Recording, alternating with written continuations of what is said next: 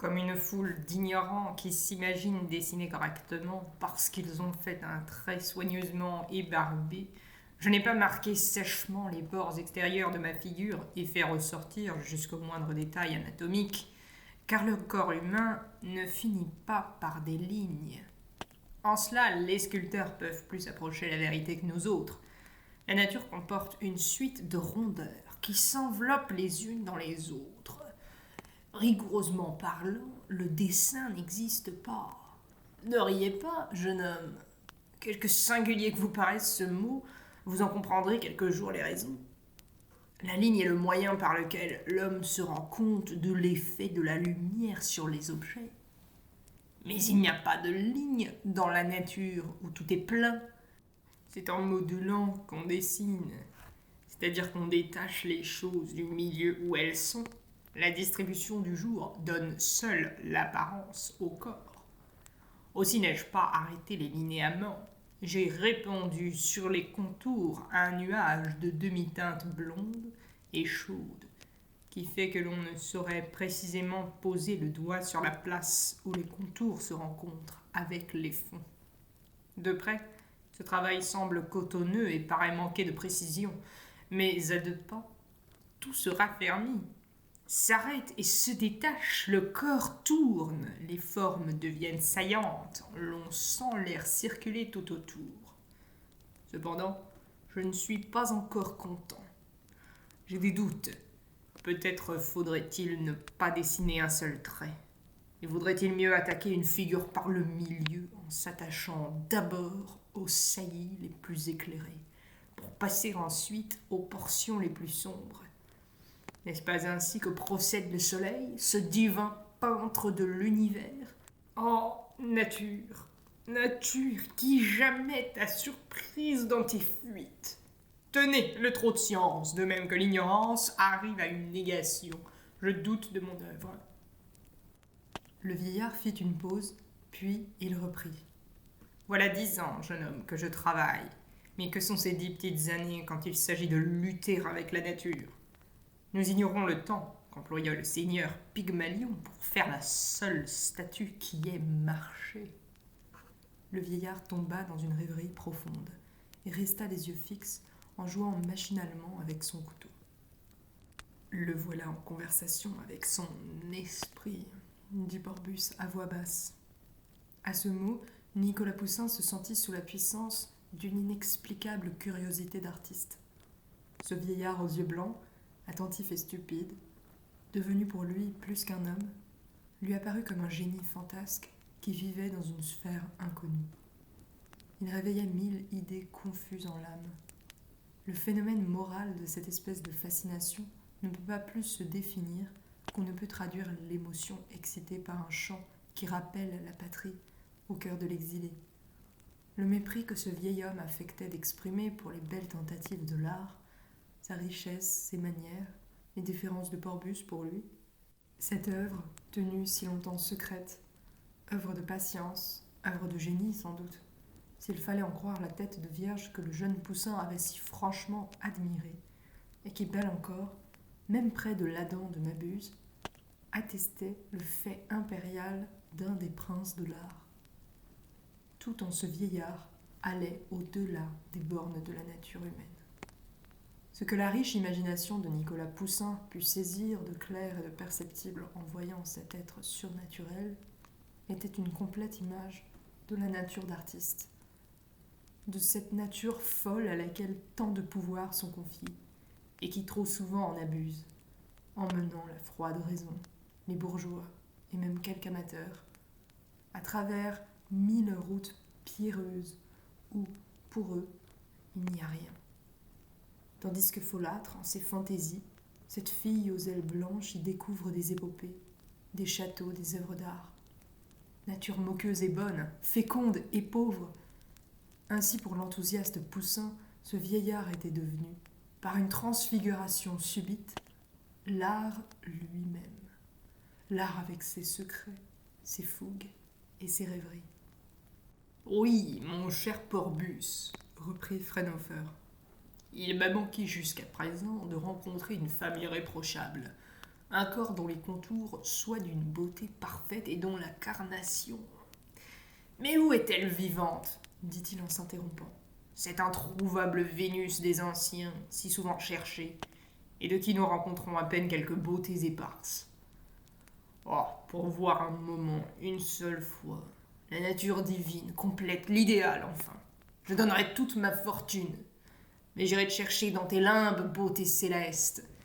Comme Orphée, je descendrai dans l'enfer de l'art pour en ramener la vie. Nous pouvons partir d'ici, dit Porbus à Poussin. Il ne nous entend plus, il ne nous voit plus. Allons à son atelier, répondit le jeune homme émerveillé.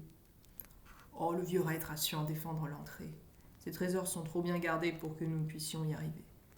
Je n'ai pas attendu votre avis et votre fantaisie pour tenter l'assaut du mystère. Il y a donc un mystère ? Oui, répondit Porbus.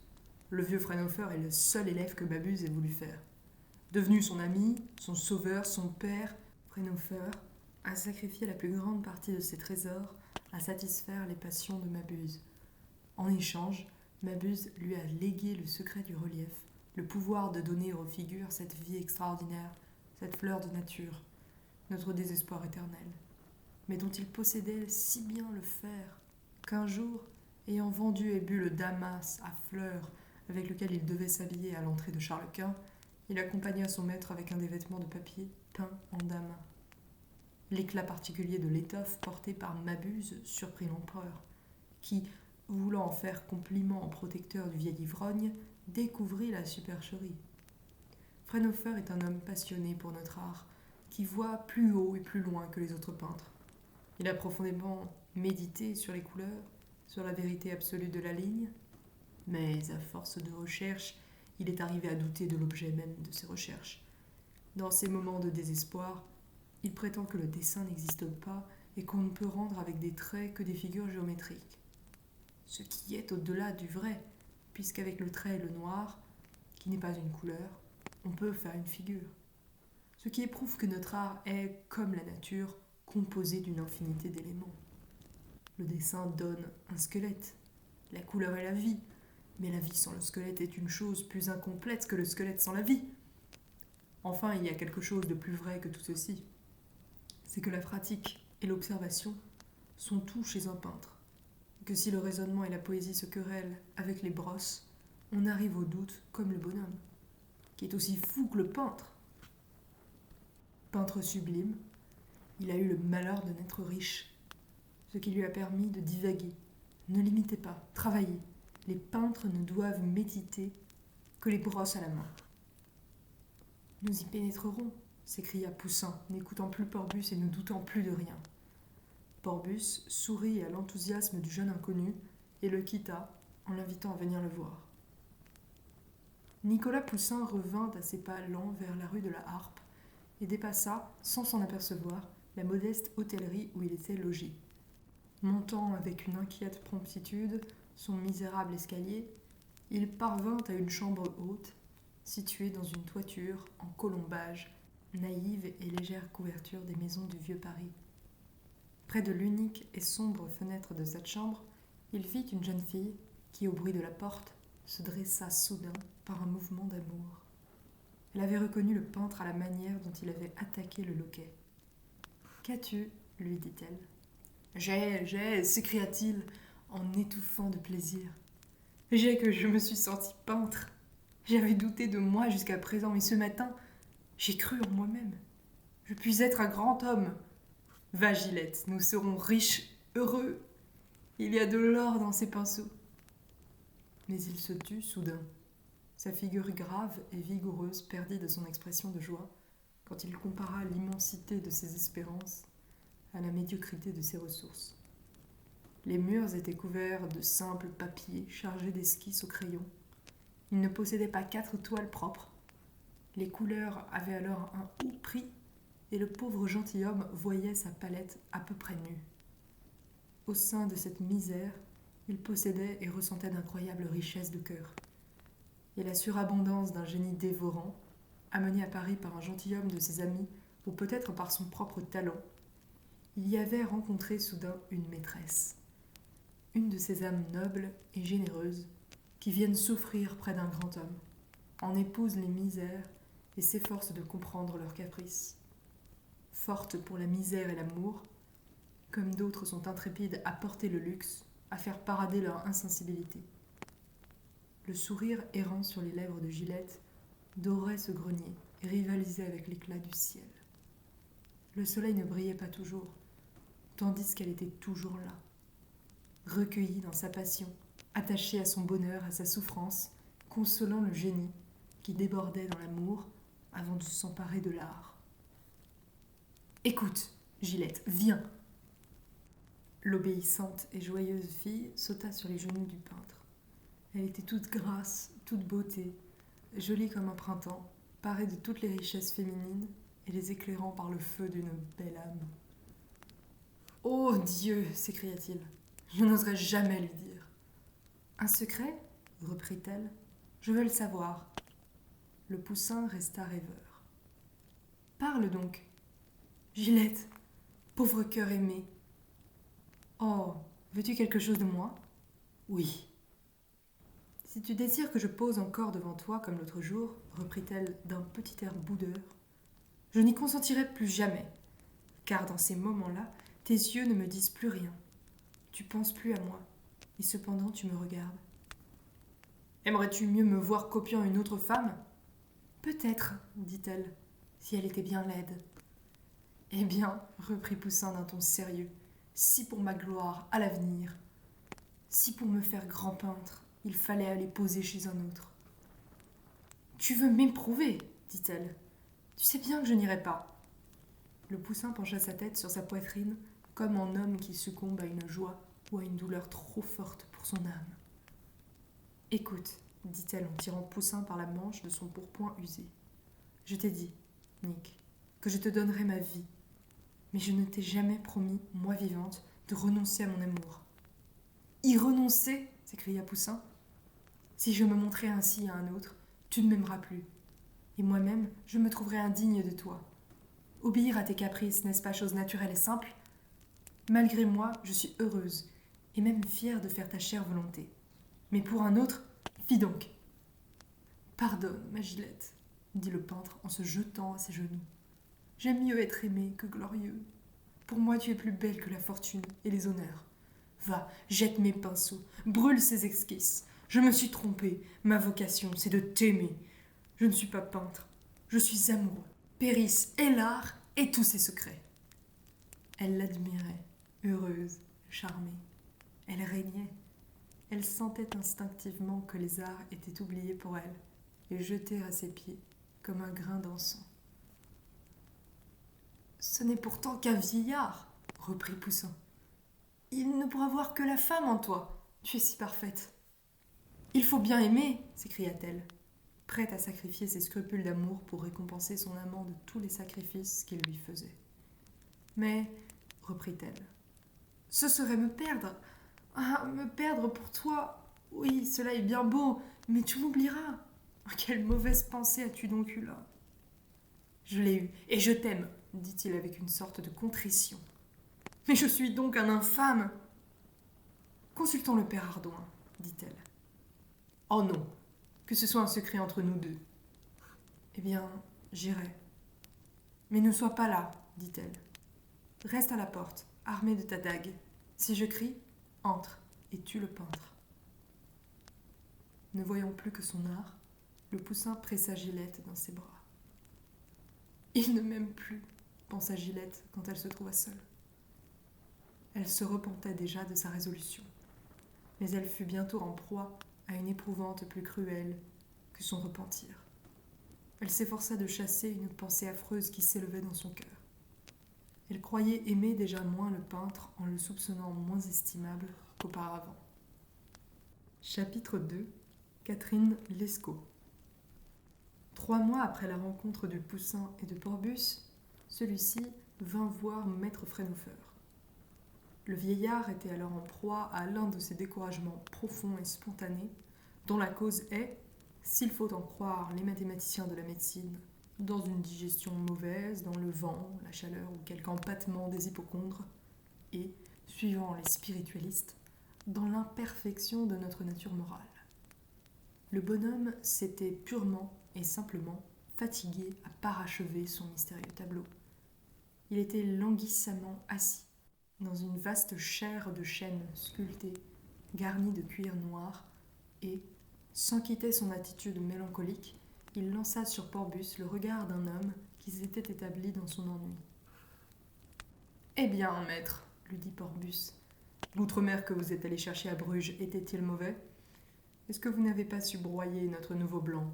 Votre huile est-elle méchante ou les pinceaux rétifs ? » « Hélas !» s'écria le vieillard. « J'ai cru pendant un moment que mon œuvre était accomplie, mais je me suis certes trompé dans quelques détails, et je ne serai tranquille qu'après avoir éclairci mes doutes. Je me décide à voyager, et vais aller en Turquie, en Grèce, en Asie, pour y chercher un modèle et comparer mon tableau à diverses natures. Peut-être ai-je là-haut, reprit-il en laissant échapper un sourire de contentement, la nature elle-même. Parfois j'ai quasi cœur qu'un souffle ne me réveille cette femme et qu'elle ne disparaisse. » Puis il se leva tout à coup, comme pour partir. « Oh, répondit Porbus, j'arrive à temps pour vous éviter la dépense et les fatigues du voyage. »« Comment ?» demanda Frenofer étonné. Le jeune poussin était aimé par une femme dont l'incomparable beauté se trouve sans imperfection aucune. Mais, mon cher maître, s'il consent à vous la prêter, au moins faudra-t-il nous laisser voir votre toile. » Le vieillard resta debout, immobile, dans un état de stupidité parfaite. « Comment ?» s'écria-t-il, enfin douloureusement. « Montrer ma créature, mon épouse ? Déchirer le voile sous lequel j'ai chastement couvert mon bonheur ? Mais ce serait une horrible prostitution. Voilà 10 ans que je vis avec cette femme. Elle est à moi seule. Elle-même, ne m'a-t-elle pas souri à chaque coup de pinceau que je lui ai donné ? Elle a une âme, l'âme dont je l'ai douée. Elle rougirait si d'autres yeux que les miens s'arrêtaient sur elle. La faire voir. Mais quel est le mari, l'amant assez vil pour conduire sa femme au déshonneur ? Quand tu fais un tableau pour la cour, tu n'y mets pas de toute ton âme. Tu ne vends aux courtisans que des mannequins coloriés. Ma peinture n'est pas une peinture, c'est un sentiment, une passion. Née dans mon atelier, elle doit y rester vierge et n'en sortir que vêtue. La poésie et les femmes ne se livrent nues qu'à leurs amants. Possédons-nous le modèle de Raphaël, l'Angélique de l'Arioste, la Béatrix du Dante ? Non ! Nous n'en voyons que les formes. Eh bien, l'œuvre que je tiens là-haut sous mes verrous est une exception dans notre art. Ce n'est pas une toile, c'est une femme. Une femme avec laquelle je pleure, je ris, je cause et je pense. Veux-tu que tout à coup je quitte un bonheur de 10 années comme on jette un manteau ? Que tout à coup je cesse d'être père, amant et Dieu ? Cette femme n'est pas une créature, c'est une création. Vienne ton jeune homme, je lui donnerai mes trésors. Je lui donnerai des tableaux de Corrège et de Michel-Ange, du Titien. Je baiserai la marque de ses pas dans la poussière. Mais en faire mon rival, honte à moi. Oh, je suis plus amant encore que je ne suis peintre. Oui, j'aurai la force de brûler ma belle noiseuse à mon dernier soupir, mais lui faire supporter le regard d'un homme, d'un jeune homme, d'un peintre, non, non. Je le tuerai le lendemain, celui qui l'aurait souillé d'un regard. Je te tuerai à l'instant, toi mon ami, si tu me la saluais pas à genoux. Veux-tu maintenant que je soumette mon idole au froid regard et aux stupides critiques des imbéciles ? Ah, l'amour est un mystère. Il n'y a de vie qu'au fond des cœurs et tout est perdu quand l'homme dit même à son ami « Voilà celle que j'aime ». Le vieillard semblait être redevenu jeune.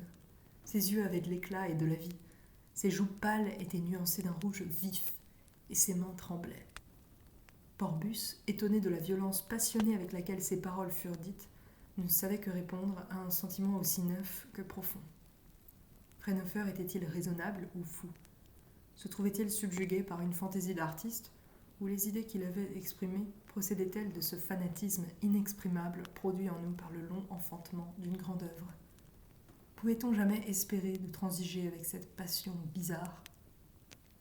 En proie à toutes ces pensées, Porbus dit au vieillard : « Mais n'est-ce pas femme pour femme ? Poussin ne livre-t-il pas sa maîtresse à vos regards ? » « Quelle maîtresse ?» répondit Frenofer. Elle le trahira tôt ou tard. La mienne me sera toujours fidèle. » Eh bien, reprit Porbus, n'en parlons plus. Mais avant que vous ne trouviez, même en Asie, une femme aussi belle, aussi parfaite que celle dont je vous parle, vous mourrez peut-être sans avoir achevé votre tableau.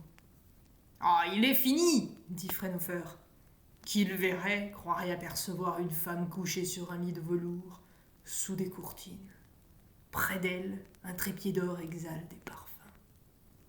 Tu serais tenté de prendre le gland des cordons qui retiennent les rideaux, et il te semblerait voir le sein de Catherine Lescaut, une belle courtisane appelée la Belle Noiseuse, rendre le mouvement de sa respiration. Cependant, je voudrais bien être certain. » « Va donc en Asie, répondit Porbus en apercevant une sorte d'hésitation dans le regard de Frenofer. Et Porbus fit quelques pas vers la porte de la salle. En ce moment, Gillette et Nicolas Poussin étaient arrivés près du logis de Frenofer. Quand la jeune fille fut sur le point d'y entrer, elle quitta le bras du peintre et se recula, comme si elle eût été saisie par quelque soudain pressentiment. « Mais que viens-je donc faire ici ?» demanda-t-elle à son amant d'un son de voix profond, et en le regardant d'un œil fixe. « Gillette, je t'ai laissée maîtresse et veux t'obéir en tout. Tu es ma conscience et ma gloire. Reviens au logis, je serai plus heureux peut-être que si tu... Suis-je à moi quand tu me parles ainsi ? Oh non, je ne suis qu'une enfant. Allons, ajouta-t-elle, paraissant faire un violent effort. Si notre amour périt, si je mets dans mon cœur un long regret, ta célébrité ne sera-t-elle pas le prix de mon obéissance à tes désirs ? Entrons, ce sera vivre encore que d'être toujours comme un souvenir dans ta palette. » En ouvrant la porte de la maison, les deux amants se rencontrèrent avec Porbus, qui, surpris par la beauté de Gillette, dont les yeux étaient alors pleins de larmes, la saisit toute tremblante, et la menant devant le vieillard. « Tenez, dit-il, ne vaut-elle pas tous les chefs-d'œuvre du monde ?» Frenofer tressaillit. Gillette était là, dans l'attitude naïve et simple d'une jeune grégorienne innocente et peureuse, ravie et présentée par des brigands à quelques marchands d'esclaves. Une pudique rougeur colorait son visage. Elle baissait les yeux. Ses mains étaient pendantes à ses côtés. Ses forces semblaient l'abandonner et des larmes protestaient contre la violence faite à sa pudeur. En ce moment, Poussin, au désespoir d'avoir sorti ce beau trésor de son grenier, se maudit lui-même. Il devint plus amant qu'artiste, et 1000 scrupules lui torturèrent le cœur quand il vit l'œil rajeuni du vieillard qui, par une habitude de peintre, déshabilla pour ainsi dire cette jeune fille en devinant les formes les plus secrètes.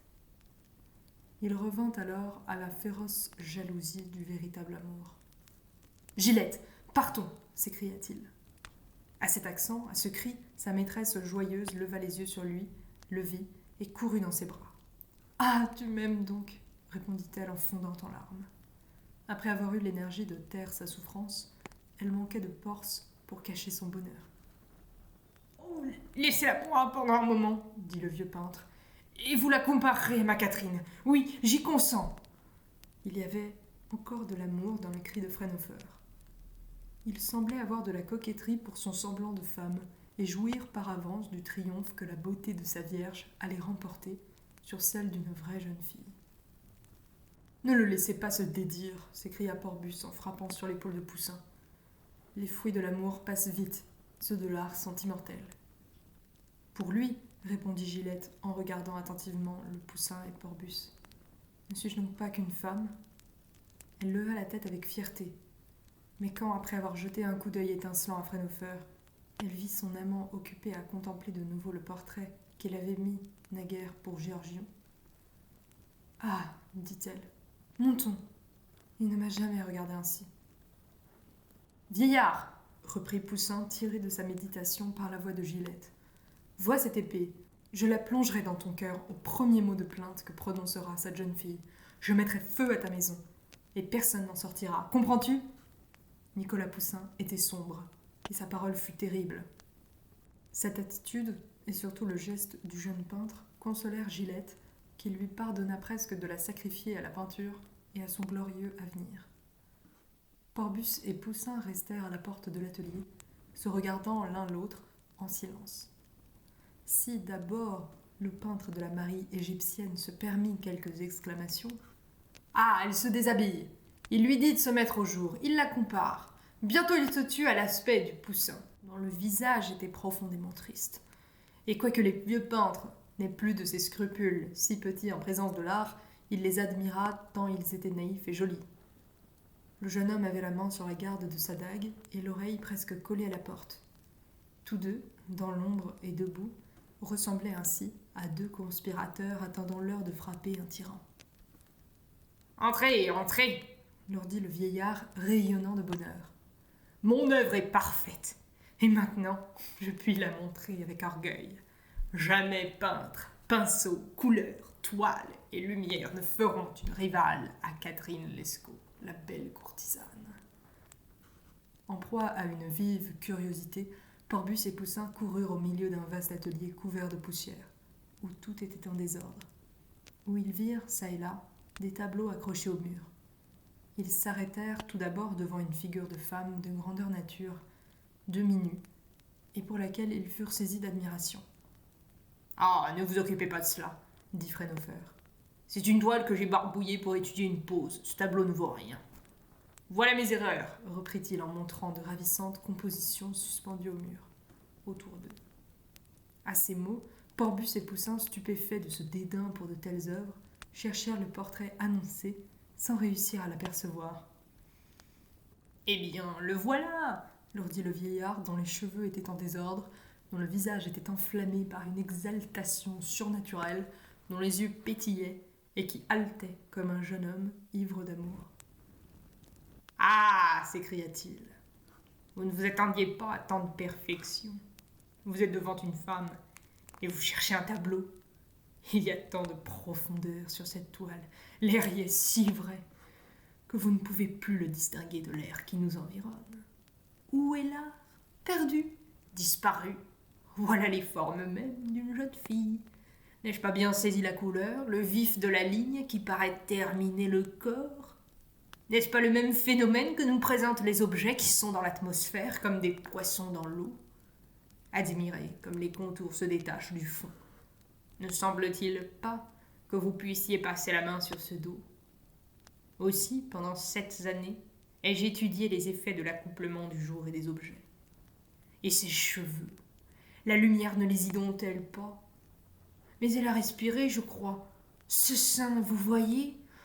Ah, qui ne voudrait l'adorer à genoux ? Ses chairs palpitent. Elle va se lever, attendez. Apercevez-vous quelque chose ? Demanda Poussin à Porbus. Non. Et vous ? Rien. Les deux peintres laissèrent le vieillard à son extase. Regardèrent si la lumière en tombant d'aplomb sur la toile qu'il leur montrait n'en neutralisait pas tous les effets. Ils examinèrent alors la peinture en se mettant à droite, à gauche, de face, en se baissant et se levant tour à tour. « Oui, c'est bien une toile, » leur disait Freinhofer en se méprenant sur le but de cet examen scrupuleux. « Tenez, voilà le châssis, le chevalet. Enfin, voici mes couleurs, mes pinceaux. » Et il s'empara d'une brosse qu'il leur présenta par un mouvement naïf.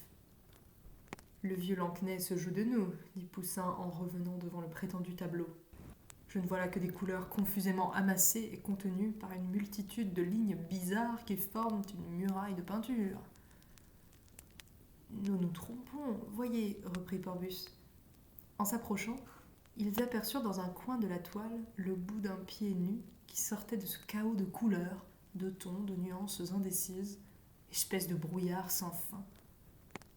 Mais un pied délicieux, un pied vivant.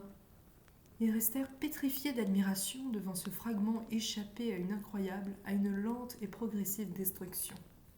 Ce pied apparaissait là comme le torse de quelque Vénus en marbre de Paros qui surgirait parmi les décombres d'une ville incendiée.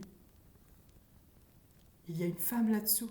s'écria Porbus, en faisant remarquer à Poussin les courbes de couleurs que le vieux peintre avait successivement superposées en croyant perfectionner sa peinture.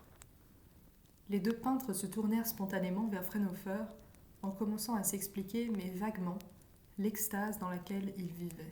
« Il est de bonne foi, dit Porbus. »« Oui, mon ami, répondit le vieillard en se réveillant.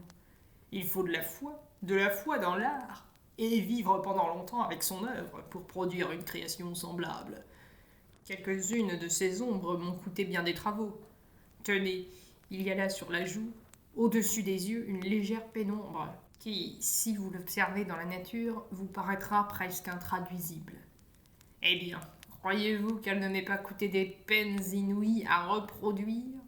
Mais aussi, mon cher Porbus, regarde attentivement mon travail, et tu comprendras mieux ce que je te disais sur la manière de traiter le modelé et les contours. Regarde la lumière du sein, et vois comme, par une suite de touches et de rehauts fortement empâtés, je suis parvenu à accrocher la véritable lumière et à la combiner avec la blancheur luisante des tons éclairés.